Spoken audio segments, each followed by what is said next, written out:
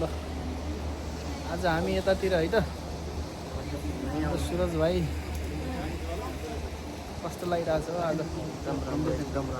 मन एकदम शान्त प्रसन्न भयो क्या एकदम निशान सर आफ्नै पारा आउनुहुन्छ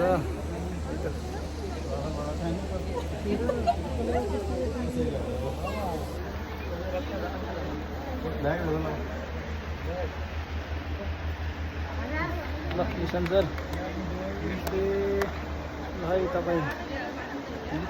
मन्दिर घुम्न आएको छ यो मन्दिरको बारेमा बताइदिनुहोस् हो थोरै तपाईँ ज्ञान छ तपाईँलाई प्राचीन कालमा चाहिँ लिच्छवी कालमा चाहिँ भगवान विष्णुहरूले होइन भगवान विष्णुहरूले चाहिँ यसको आविष्कार गरेको होइन यो चाहिँ धर्म यो हिन्दू धर्म चाहिँ यसरी चाहिँ एउटा टेम्पल बनाएर मन्दिर मठ मन्दिर बनाएर चाहिँ त्यहाँभित्र चाहिँ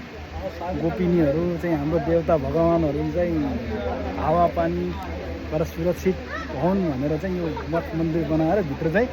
देवताहरू राख्ने प्रथा चाहिँ यो बनाएर त्यसरी चाहिँ यसको उत्पत्ति भएको है त